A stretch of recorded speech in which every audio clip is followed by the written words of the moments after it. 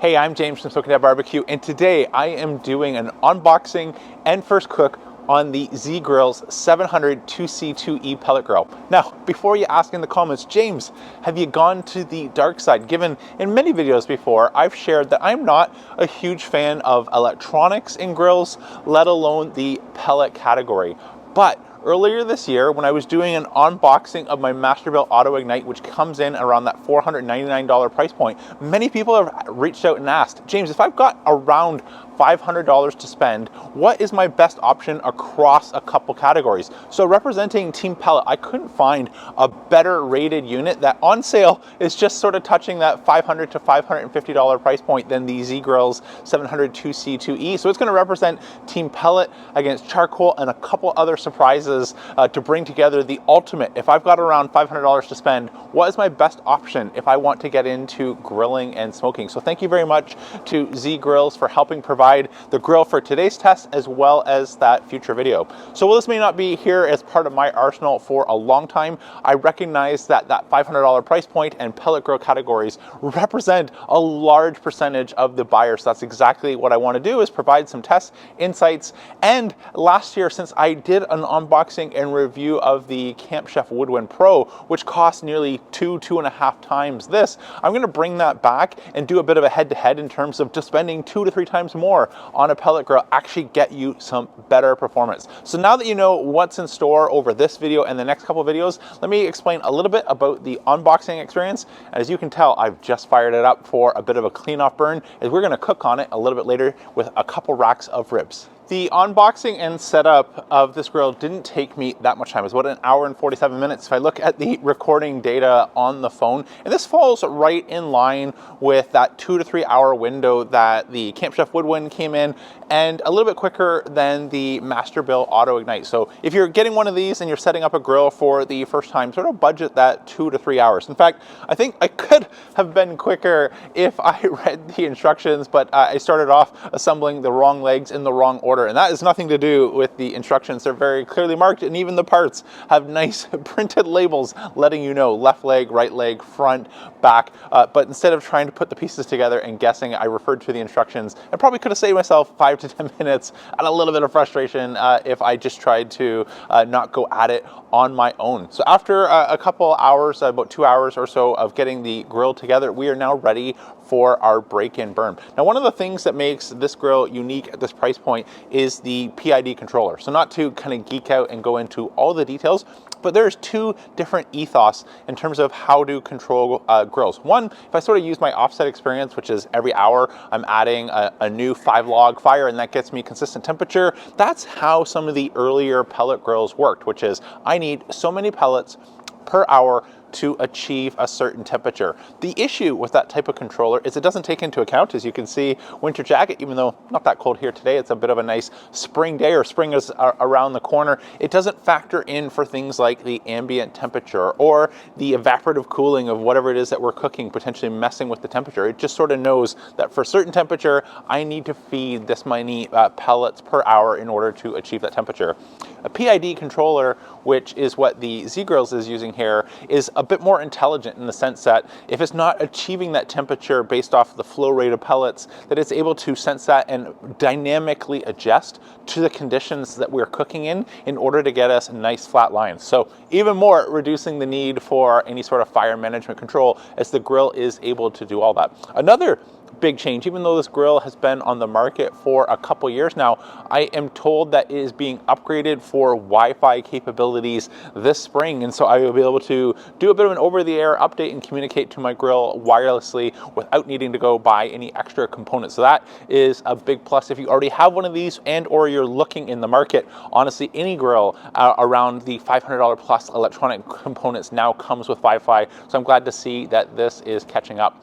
So for my first test, since I'm going to do a bit of a break-in burn to get rid of all the oils, one of the things that was frustrating with my Camp Chef Woodwind Pro was the lack of sear capability, and it had to rely on an extra for-fee accessory, the Sidekick, in order to get any sort of searing temperatures, is with my IR gun, I was only able to achieve around 300 plus degrees Fahrenheit inside the cook chamber. So since I want to burn off any of those packing materials before we start cooking, I'm going to toss in a cast iron pan, crank up the heat to its high setting, which I'm told should get us near the 500 degree Fahrenheit, and see what sort of searing temperatures I'm able to get on a cast iron pan sitting inside of our grill. Then we'll cool it down and go prep our ribs, and we'll back right down to low and slow for smoking and do a couple racks of ribs and see how these are from a taste test perspective later on in the day.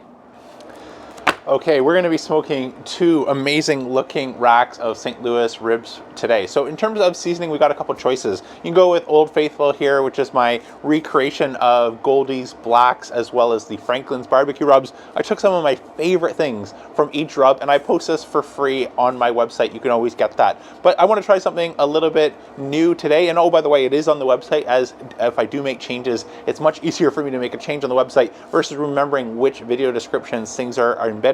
So it's one extra click, but it'll always give you the latest and greatest recipe.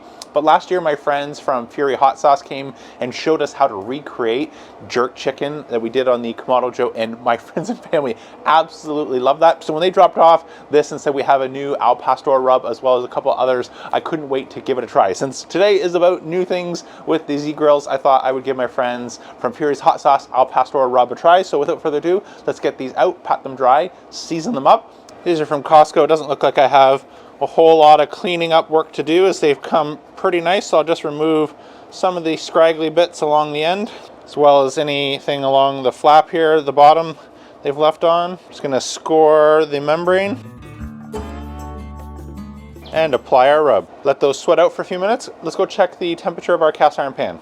Okay, we've waited 10 extra minutes and we were just fluctuating between 450 and 455, so I don't think we're gonna get any further. So rather than make any comparisons of the woodwind last summer to this in winter, I'll wait till I get it side by side and we can actually do a side-by-side in the same temperature conditions. But let's see where we are. From memory again, we were looking to beat about 300, 330 degrees. So we are right around 435 degrees in our cast iron pan. So that's gonna be good for a future test, but now I'm gonna dial the temperature back down, that we've got some of those oils and packing materials burnt out of our smoker into our smoke setting, which will be great to start the ribs. So I'll just leave this open to cool off for a few minutes. We'll go grab those and get them on.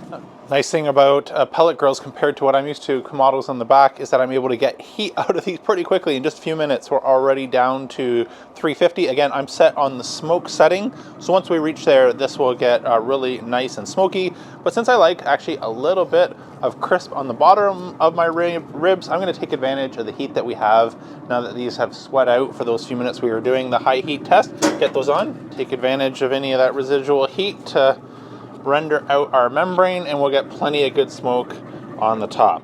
Let those cook. Okay, just as we're running out of daylight, I think our ribs are ready. So I went with the 2 hours at sort of the super smoke, the low setting, which is 160 degrees Fahrenheit, and then bumped that up to 225 degrees Fahrenheit for a few hours. You can see we get some nice bend, those aren't breaking, falling apart, and then 275 for the last hour. Well, these certainly look good. Let's get a couple bones out, see how we did. Lots of juices, hopefully that's coming through. I don't want to squish all that out. Looks good. Those look good, and again, just oozing with juice. Looks good. Smoke ring looks good. I'm ready to dive in and see how these taste. Okay, as you can tell, it's cooling off quick, and I didn't want everything to freeze up, so I just took everything inside. I haven't yet had a chance to taste one. Family immediately, they're hungry. I'm a little late. It's 5:30, so they're getting ready for dinner. Dove in. And to my surprise, I should have brought her out here. Because if you know one thing on the channel that Sarah, my wife, always complains about is too much smoke. You're not going to believe the first thing she said when I brought these in, which is, are these smoked? So you can't win. But I'm not going to let, or try not to let her taste buds in terms of maybe not getting a lot of smoke flavor impact my judgment. So let's dive in. I've got a couple racks here, see how we did for our taste test. Nice bite through texture, exactly what you want for a rib. You don't want these falling apart.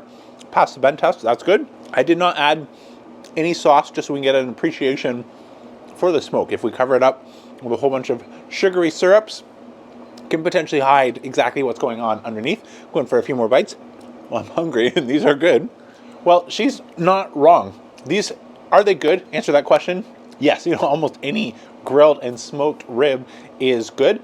This is really just coming now into the category of experience. If all you've ever cooked is ribs in an oven or on a gas grill and you've never had anything cooked with wood flavor at all, I could see how pellet grills like this get a bunch of fanfare in community. If you've come from a stick burner, and I have fortunate enough to have one and borrowing another one that's a prototype, and or even what I'm able to turn out with charcoal and wood chunks and things like that, if you're not used to that flavor, you've never had that flavor, and this is all you've ever experienced, your review is going to be, these are amazing. These are the best ribs that I've ever had. If your taste buds are experienced to have tried some of those other things, as I fall into that category, this is low on the smoke profile. So for some people who, again, are adverse to smoke, and I'd put Sarah in that category, even though she says the smoke here was barely undetectable and could use a little bit more, this absolutely, delivers on that. And that's not a knock against particularly the Z grills that I'm reviewing today. This is just more overall experience with pellets. So to find out whether or not this is a great buy at the sub $500, I am going to be putting into that upcoming video of multiple grills in and around the $500. But more interestingly, the unboxing experience and the use of this grill. It's been a year, and obviously different weather conditions and temperatures, so I need to get the Camp Chef Woodwind back here. But now I'm really curious, like, what actually are we getting for more than double the price? And is that absolutely worth it? Because in terms of overall function, the fit and finish of how everything went together, and the build quality, this looks, if you're sold on the pellet, and I am not able to talk you into more flavor, you just want the set it and forget it, and let alone you absolutely love the lower smoke profile of pellet grills, this one is delivering on all the pellet check boxes in spades. That's it for today, though. I'm James Soaking at Barbecue signing off. Remember, don't be afraid to fire it up.